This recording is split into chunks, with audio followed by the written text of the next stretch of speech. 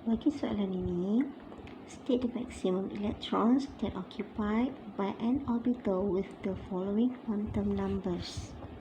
Okey, bagi soalan ini, diberi pada kita N sama dengan 2, L sama dengan 0, S sama dengan negatif half.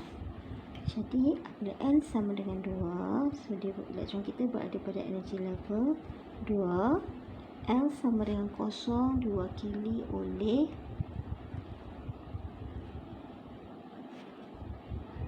S orbital, bermaksud elektron kita berada dalam orbital 2s. Okay. 2s maksimum diisi oleh 2 elektron sahaja, tetapi elektron mesti diisi dalam spin yang berbeza, iaitu jika satu adalah clockwise, maka satu lagi adalah anti-clockwise. Maka jika elektron clockwise contohnya diwakili oleh spin positif half, maka yang anti-clockwise akan diwakili oleh spin negatif half. Jadi maksimum elektron occupy dalam orbital 2s sekarang adalah 1.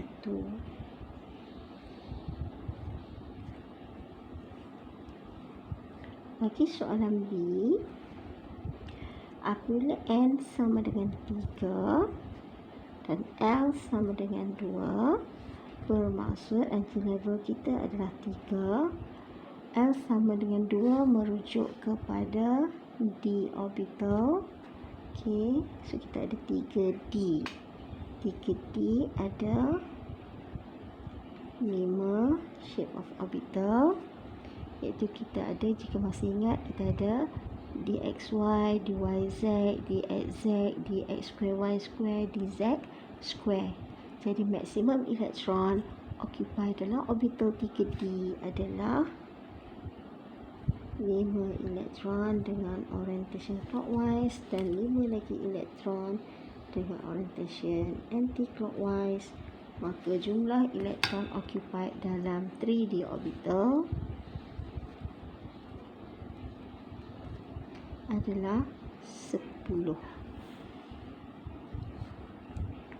Dan bagi soalan C, jika diberi N sama dengan 5 dan L sama dengan 1, bermaksud kita ada orbital 5, L1 diwakili oleh P orbital, iaitu kita ada 5P, Px, Py, Pz.